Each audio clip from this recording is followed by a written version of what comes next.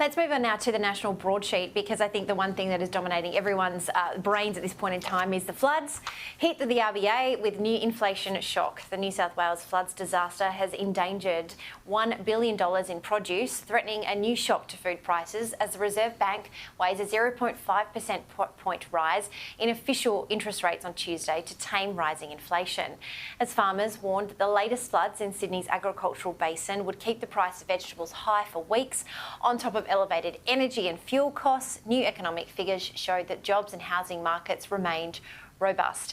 Erin, I'm going to go and gaze into a crystal ball and say tomorrow is probably going to hurt for a lot of Australians. I think it absolutely is. Time to head out to the backyard or onto your balcony or wherever it is and start growing some of your own vegetables, I think. I mean, the cost of living right now is just so high. It's eye-watering. And I find it amazing that, you know, the jobs market's still so strong. You know, the housing market is still robust, is the word that you used. But I do think that for a lot of people, you know, they're really going to be noticing it in their, you know, in their bank account each fortnight or monthly or whenever they get paid, and having to make that money stretch is going to be really tough.